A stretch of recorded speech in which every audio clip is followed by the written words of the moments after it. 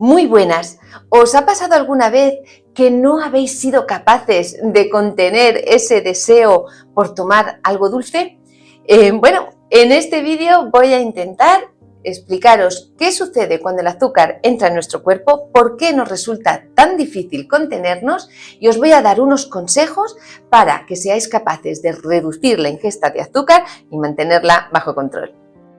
Bueno, vamos a empezar definiendo lo que es la sacarosa, o sea, el azúcar de mesa común. Es un carbohidrato que está formado por dos moléculas, una de glucosa y una de fructosa. Y sí he querido deciros estos dos nombres porque estos ya nos son un poco más conocidos quizás que el término sacarosa. Bueno, la glucosa realmente es la forma en la que vamos a obtener energía. Nuestro cuerpo realmente va a terminar transformando en glucosa el resto de macronutrientes o nutrientes que ingerimos para que luego entre dentro de un círculo determinado y seamos capaces a partir de ahí de obtener energía.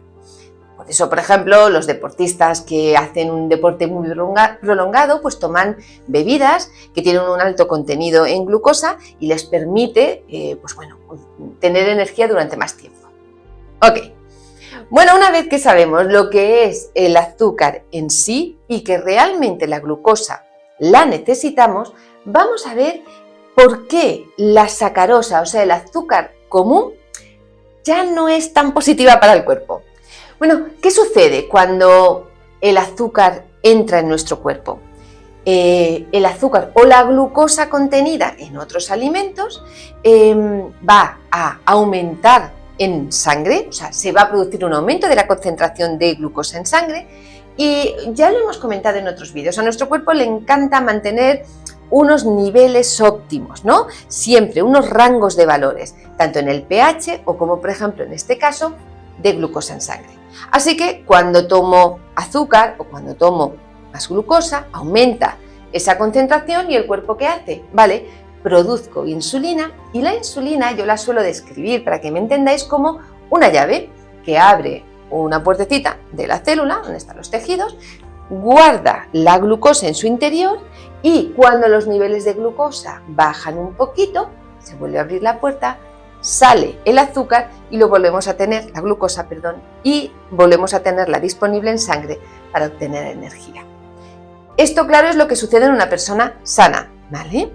¿Qué sucede cuando ya tenemos problemas de insulinoresistencia, prediabetes o diabetes? Lo comento en otro vídeo. En este caso solamente vamos a hacer un poquito hincapié en lo que es el azúcar. Bueno, segunda cosa que sucede cuando yo tomo concretamente azúcar. También hemos hablado en otros vídeos, esa relación tan estrecha que hay entre el sistema digestivo y nuestro cerebro. De hecho, mayoritariamente la información va del sistema digestivo al cerebro. Bueno, pues cuando tomo azúcar se envía una información al cerebro y más concretamente a una zona particular que se llama área de recompensa. Y esta área de recompensa es activada y estimulada y nos encanta. Y además queremos más. Bueno, esta activación de esta zona concreta del cerebro lo va a producir otro tipo de sustancias como por ejemplo la nicotina o drogas, lógicamente en mayor o menor medida, pero el proceso es el mismo. Por eso es por lo que decimos que el azúcar se comporta como una droga en nuestro cuerpo. Nos estimula esa área de recompensa y nos hace sentir bien, ¿vale? Y buscamos otra vez esa recompensa una y otra vez. Pero lo que es peor, cada vez necesitamos un poquito más. Bueno, con estos dos datos que os he comentado, estos dos procesos, podéis ver en la gráfica que he dibujado a continuación cómo funciona un poquito, ¿no? Tenemos el primer caso arriba del todo, sería una persona sana. Bueno, pues se produce un pequeño aumento de azúcar. ¿Por qué no se producen grandes aumentos? Porque inmediatamente el cuerpo lo guarda en los tejidos, disminuye un poquito, se mantiene de una forma normal y son unas oscilaciones muy suaves. Cuando me excedo con el azúcar, bueno, pues esas oscilaciones van siendo cada vez un poco mayores, pero no solamente porque necesito más azúcar porque mi área de recompensa me pide una satisfacción mayor, sino también porque después cada vez se va produciendo una hipoglucemia mayor. No llega a ser una hipoglucemia, pero baja el azúcar en sangre porque el cuerpo como que va acostumbrándose y no se produce esa acumulación en los tejidos de forma correcta. Cuando yo tengo una bajada, ¿vale? El cuerpo lo detecta enseguida. Y si este proceso se va repitiendo y repitiendo, se va haciendo cada vez más drástico y terminamos con una gráfica como la que vemos al final, en la que se producen picos. Picos de subida muy alta de azúcar y picos de bajada. Cuando yo tengo una bajada de azúcar, ahí ya estamos hablando de una persona que tiene un problema de prediabetes o de diabetes tipo 2, ahí no hay solución, quiero decir, en el sentido de que ahí voy a comer, porque es un momento y es una situación en la que mi cuerpo está en un riesgo, ¿vale? Es una hipoglucemia y por lo tanto el deseo por comer es irrefrenable. Bueno, ¿por qué os he querido contar todo esto? Principalmente porque con el azúcar nos sucede que entramos dentro de un círculo vicioso o círculo del diablo, ¿no? ¿Por qué?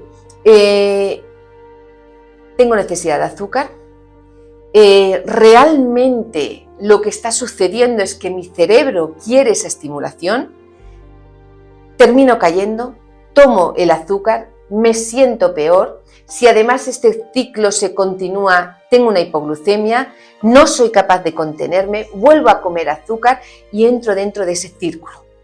Bueno, pues para mí es importante que tengamos en cuenta varias cosas. La primera, que seamos capaces de entender qué es lo que está sucediendo, porque eso va a permitir que tenga más fuerza de voluntad y me va a permitir aceptar las circunstancias de una mejor manera. Quiero decir, esta estimulación de la área de recompensa del cerebro no es lo mismo para cada persona. Hay personas que tienen una mayor sensibilidad y otras menores. Por ejemplo, con el tema del tabaco. Bueno, hay gente que se fuma un par de cigarrillos al día y no tienen mayor necesidad. Puede pasar una semana o 2 semanas hasta que vuelven a tomar otro cigarrillo. Y sin embargo, hay personas en las que una vez que empiezan a fumar, esa dependencia es muy elevada y empiezan con 2 o 3 cigarrillos y terminan, bueno, pues con 2 paquetes diarios y no lo pueden dejar. Por lo tanto, no me vale lo de, oye, pues si no quieres tomar dulce, pues no tomes y ya está. Porque cada persona es diferente. Esa dependencia, esa sensación de vinculación, de estimulación, es diferente en cada persona. Y luego, además, tenemos que tener en cuenta que hay muchos factores que pueden influir. Quiero decir, si yo tengo una vida satisfactoria, soy feliz, si hago ejercicio y por lo tanto el ejercicio estimula también, ¿vale?, el cerebro, la satisfacción, bueno, pues quizá no tengo esa necesidad tan grande de recurrir a el azúcar. Pero si yo además tengo un nivel de estrés muy elevado, todo es negativo para nuestro cerebro. Si estoy triste, si tengo problemas de depresión, si no hago suficiente ejercicio, si, por decirlo de alguna manera, todo lo que recibe mi cerebro es o mayoritariamente negativo, con más razón o con más hincapié busco esa recompensa, esa satisfacción a través del azúcar. Así que tenemos que tener en cuenta o tenemos que considerar que el problema es complejo, ¿vale? Y no quiero, por favor, sentimientos de culpa o debilidad. Es que yo no puedo, no me puedo contener, yo no tengo otra opción, sino tengo que entender qué es lo que está sucediendo en mi cuerpo. Una vez que lo entendemos, podemos pensar en, bueno, ¿y qué puedo hacer para evitar esta situación o para tenerla bajo control? Pues aquí vienen los tips. Tips número 1. 15 días de reseteo, así lo llamo. Vamos a poner el contador a 0. Es importante. Hemos hablado de esta curva, ¿no?, de cómo se va acentuando cada vez más. Bueno, pues lo primero que os suelo pedir cuando me encuentro estas situaciones en consulta es, vamos a intentar 2 semanas, 15 días, azúcar 0 en nuestro cuerpo. Como digo, poner el contador a 0, resetear. Cuando, por ejemplo, queremos dejar de fumar, El proceso es el mismo. ¿Qué nos suelen decir? Los primeros 15 días es cuando tenemos nicotina en sangre, cuando tenemos esa necesidad, esa dependencia, pero después ya es más hábito. Pues con el café siempre me fumo un cigarrillo, ¿no? Esas vinculaciones que hacemos. Bueno, pues con el azúcar es lo mismo. Los primeros días son duros y sobre todo, bueno, pues cuanto más hemos tomado azúcar o más habituados estamos al azúcar, más nos va a costar. Pero según van pasando esos primeros días, nos vamos dando cuenta de que nos cuesta un poquito menos. Así que 15 días de azúcar cero. En esos 15 días, tip 1.1, súper importante. No puedo tener nada en casa. No puedo tener esos dulces que me encantan en el armario. Vuelvo otra vez a poner esa comparación, ese símil con dejar de fumar, que es lo primero que hacemos cuando queremos dejar de fumar. No tenemos cigarrillos en casa, ni ceniceros, ni nada que nos recuerde o nos vincule el tabaco. Bueno, pues ¿qué sentido tiene que si quiero quitarme el del azúcar, tenga el armario lleno de dulces y de garguerías o de cosas que me gustan y que son dulces? Y lo siento, ahí sí soy un poco estricta. No me vale, tengo que comprar por mis hijos o por mi marido o por mi mujer. No, porque no estamos privando a nuestro entorno o a nuestra familia de algo necesario o de algo saludable. A todos nos puede venir muy bien reducir un poquito el azúcar, así que debemos de también ser un poco egoístas y exigentes y decir, hey, voy a hacer el esfuerzo y me vais a echar una mano. Y si alguien en concreto quiere tomar dulce, que baje a la pastelería y se compre un pastel. Pero en casa no van a haber dulces. Así que ese es el tip número 1, 15 días sin azúcar. Tip número 2, no todo lo dulce tiene por qué llevar azúcar. Así que cuando empiezo otra vez a introducir alguna cosa dulce en mi vida, bueno, pues voy a utilizar otros tipos de endulzantes. No solamente el hecho de decir edulcorantes, aspartamo, tal, manitol, que lo mismo, pues oye, son buenos, no son buenos. ¿Por qué no utilizar, por ejemplo, fruta? ¿Vale? Si me hago un bizcocho, si me hago unas magdalenas, las hago con, por ejemplo, manzana y canela. O cuando voy a hacer un flan o un pudding, utilizar arándanos, utilizar frambuesas, utilizar fresas. Y aquí os quiero hacer una pequeña explicación, porque a veces me decís, no entiendo, vamos a ver, si es dulce igual, y si la sacarosa, el azúcar de mesa, está formado por fructosa, glucosa, ¿por qué fructosa sí y azúcar no, si el 50% es realmente fructosa?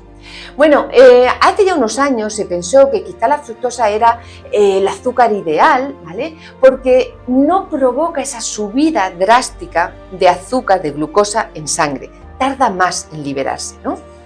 Y entonces, bueno, pues se estuvo muy de moda y todo el mundo quería, o nos querían recomendar, y para los diabéticos y tal, el tema de la fructosa. Luego se vio que estaba relacionado con aumentos, bueno, pues de otro tipo de circunstancias y que realmente no era una buena opción. Pero, ¿qué pasa con la fructosa de la fruta? Bueno, pues aquí hay un punto muy interesante, y es que en este caso sí que lo podemos tomar y es bueno porque está en una matriz, está dentro de un alimento, y la fibra de esa fruta, el alimento que lo contiene, lo retiene. Es un proceso de contención y hace que el azúcar se libere en sangre más poco a poco. De esa manera evito los picos, y al evitar el pico evito esa estimulación grande del área de recompensa. ¿Ok?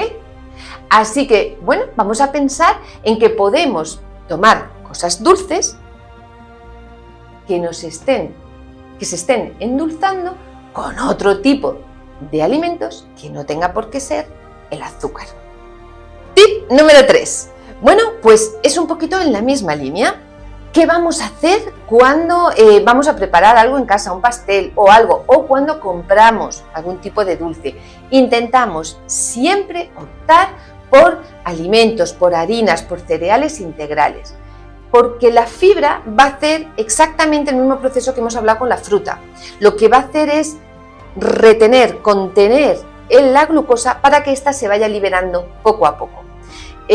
Así que cuando nos vayamos a hacer algún tipo de pastel, o ya digo, compramos algún alimento dulce, intentemos siempre que el contenido en fibra sea lo más alto posible. Ese sería el tip número 3.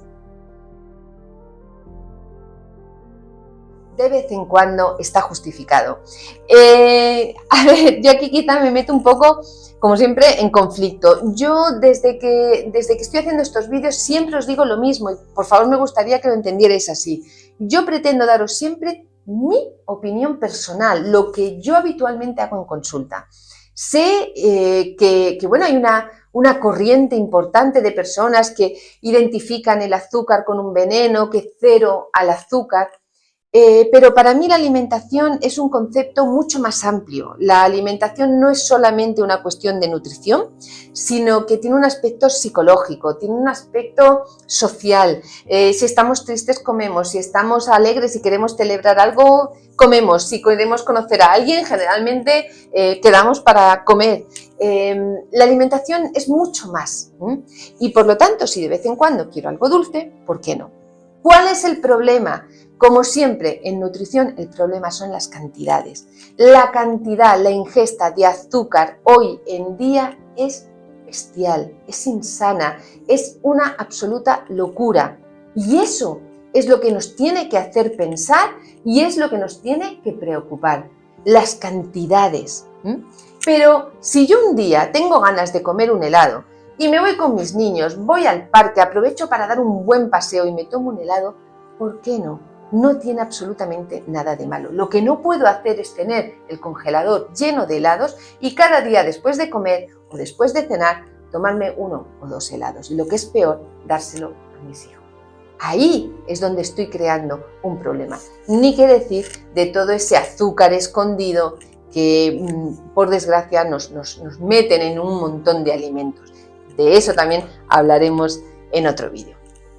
Así que, en principio, en pequeñas cantidades, teniendo en cuenta todos los tips que hemos dado y entendiendo el día que tomo algo de azúcar, pues como una excepción, podemos controlar la ingesta de azúcar y evitar entrar dentro de ese círculo vicioso que nos va a llevar a insulina resistencia, a una resistencia a la insulina, a una prediabetes y a una diabetes tipo 2. Espero que estos poquitos tips os puedan ayudar y seamos capaces de controlar la ingesta de azúcar.